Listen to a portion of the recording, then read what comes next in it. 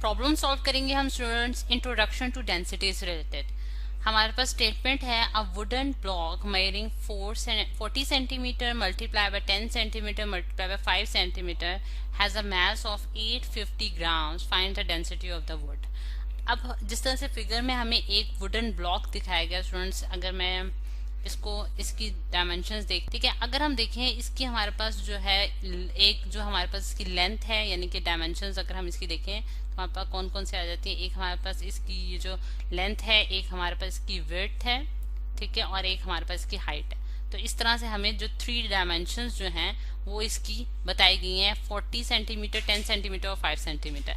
अब अगर डेंसिटी का कॉन्सेप्ट अगर हम देखें, थोड़ा सा रिवाइज कर लेते हैं कि हमारे पास डेंसिटी बेसिकली क्या होती है। डेंसिटी जो है स्टूडेंट्स हमारे पास एक जो है रेट है जो कि मास पर यूनिट वॉल्यूम का होता है, मास पर यूनिट वॉल्यूम, ठीक है, वॉल्यूम। यानी कि अगर हम इसको आसान अल्फाज में डिफाइन करें तो हम ये कह सकते हैं कि डेंसिटी हमारे पास एक फिजिकल क्वांटिटी है जो कि हमें बताती है कि कितने मास ने कितनी जगह घेरी है। यानी कि हम मास जो है वो हमारे पास क्या है कि कितना मादा है और उसने कितनी जगह घेरी है, जो कि हमें वॉल्यूम से हम बता सकते हैं। तो वो हमारे पास डेंसिटी होगी उस ऑब्जेक्ट की, उस मैटर की, ठीक है।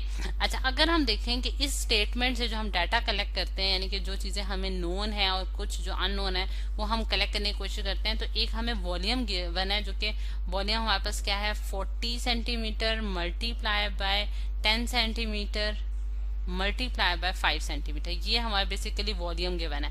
क्योंकि वॉल्यूम का फॉर्मूला जो हमने पढ़ा हुआ है वो हमारे पास क्या होता है, length multiply by width multiply by height. तो हमारे पास ये तीनों चीजें जो है वो हमें गिवन है, तो इसलिए ये वॉल्यूम कहलाएगा। क्योंकि अगर हम इन तीनों चीजों को मल्टीप्लाई करें तो हमारे पास जो रिजल्ट आता है वो हमारे पास वॉल्यूम आएगा। और मैस भी हमें गिवन है कि इस वुडन ब्लॉक का जो मैस है वो हमारे पास कितना है, 850 ग्राम्स, ठीक है। अच्छा, और हमने क्या फाइंड आउट करनी है, density of the wood find out करनी है जो कि हमारे पास एक अननोन क्वांटिटी है। अब हम इसके सोल्यूशन की तरफ आते हैं, हम इसको किस तरह से सॉल्व कर सकते हैं, ठीक है। जैसा कि हमने फॉर्मूला देखा है स्टूडेंट्स के, डेंसिटी का हमारे पास फॉर्मूला है मास पर यूनिट वॉल्यूम, ठीक है। अब अगर हम देखें सबसे पहले जो वॉल्यूम है स्टूडेंट्स, अगर मैं इस 40 multiply by 10 multiply by 5 centimetre करती हूँ तो मेरे पास कितना आंसर आता है, मेरे पास आंसर आ रहा है V का, यानी कि वॉल्यूम का जो मेरे पास आंसर आ रहा है वो है 2000 सेंटीमीटर क्यूब। अब क्योंकि यहाँ देखें 1 सेंटीमीटर लेंथ का है, विड्थ का है और हाइट का है, तो मैंने तीनों सेंटीमीटर्स को जब मल्टीप्लाई किया तो मेरे पास क्या आ गया, सेंटीमीटर क्यूब। यानी कि ये इसको इस तरह से भी आप लिख सकते हैं, सेंटीमीटर का होल की पावर 3, ठीक है। यानी कि इस पूरे यूनिट के ऊपर उसकी पावर जो है वो हमारे पास क्या है, 3 है।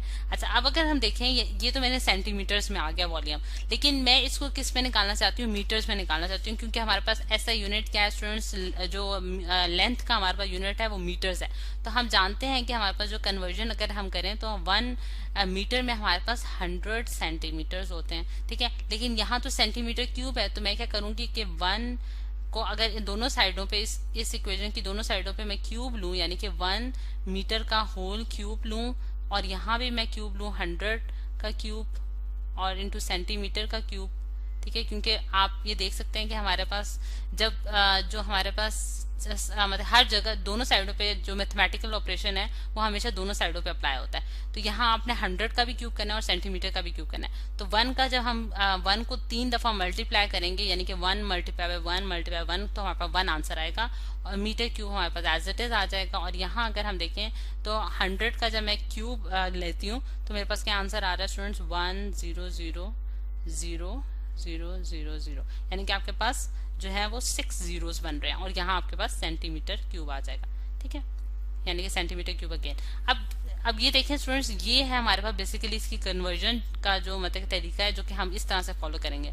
अब क्योंकि हमने सेंटीमीटर क्यूब से, यानी कि अब आप ये देखेंगे अगर मैं इसको ग्रीन कलर से शो कर देती हूँ, आपने सेंटीमीटर से आपने मीटर क्यूब में जाना है, ठीक है। सो आप क्या करेंगे, आप इस 1 की पावर 6 से जो है इसको डिवाइड करेंगे, यानी कि 10 की पावर 6 से आप इसको डिवाइड करेंगे, यानी कि V जो है वो आपके पास क्या निकलता है, आपने क्या करना है 2000 को डिवाइड करना है 100 के क्यूब के साथ, तो आपके पास आंसर आ रहा है स्टूडेंट्स 0.002 मीटर क्यूब। और इस मतलब कि इस फॉर्मूले के तहत जो है वो आपने इसकी कन्वर्जन करनी है, यानी कि आपने डिवाइड कर देना है इस पूरी टर्म के साथ इस पूरी टर्म के साथ।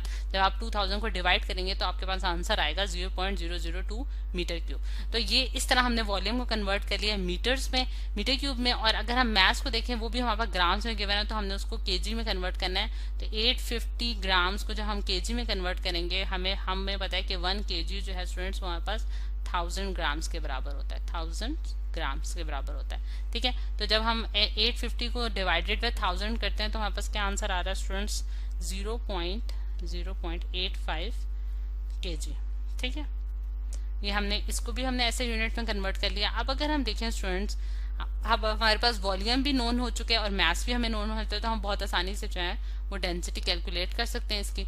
अब डेंसिटी जो है वो हमारे पास क्या आएगी, density mass per unit volume. ठीक है, मास हमारे पास 0.85 केजी है और डिवाइडेड पे आपने क्या करना है वॉल्यूम, जो कि हमारे पास है 0.002 मीटर क्यूब। ठीक है, तो आपके पास आंसर जो आ जाता है स्टूडेंट्स वो कितना आ जाता है, इसको आप कैलकुलेटर की मदद से करें तो आपका आंसर आता है 425 केजी पर मीटर क्यूब। ठीक है, ये हमारे पास स्टूडेंट्स इसकी डेंसिटी है जो कि हमने कैलकुलेट कर लिया।